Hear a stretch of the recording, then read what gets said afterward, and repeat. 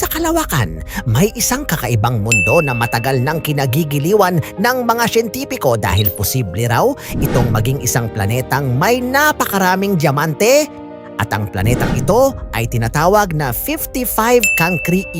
Isa itong napakainit at napakalapit na planeta sa sarili nitong bituin at ayon sa mga pag-aaral na sinusuportahan ng NASA, may posibilidad na ang komposisyon nito ay sobrang yaman sa carbon kumpara sa Earth.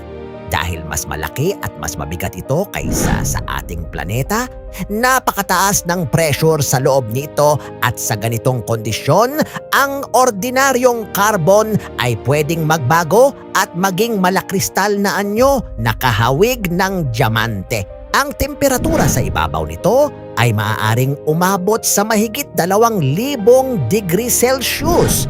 Kaya iniisip ng mga eksperto na ang ibabaw nito ay parang isang karagatan ng tunaw na bato at lava, habang sa mas malalim na bahagi, ang matinding init at bigat ng mga layer sa itaas ay patuloy na pumipiga sa carbon hanggang sa mabuo ang napakatitigas na crystal structures. Ibig bang sabihin nito ay ang buong loob ng planeta ay parang higanteng minahan ng diamante o iilan lang na layer sa ilalim ang talagang binubuo ng ganitong material? Kung hahatiin natin sa isip ang planetang ito, makikita kaya natin ang malinaw na mga patong ng bato, bakal at maladiamanteng mantol na nakabaon sa ilalim ng napakainit na crust? Dahil sobrang lapit nito sa bituin, isang buong ikot o taon nito ay tumatagal lamang ng humigit kumulang 18 oras. Kaya halos walang pahinga ang planeta mula sa matinding radiation at init. Paano kaya naaapektuhan ng tuloy-tuloy na init na ito ang pagbuo ng mga kristal sa loob ng planeta at posible kayang patuloy pang nadaragdagan ang dami ng mga maladiamanteng material habang tumatagal ang bilyong taon?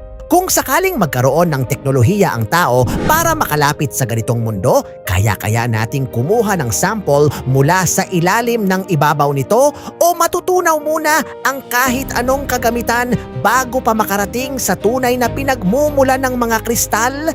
At kung mapatunayan balang araw na ang 55 Cancri ay tunay na may napakaraming diamante sa loob nito, magbabago kaya ang paraan ng pag-unawa natin sa kung paano nabubuo ang mga planeta sa buong universo at posible kayang may mas marami pang mundong tulad nito na naghihintay lang matuklasan?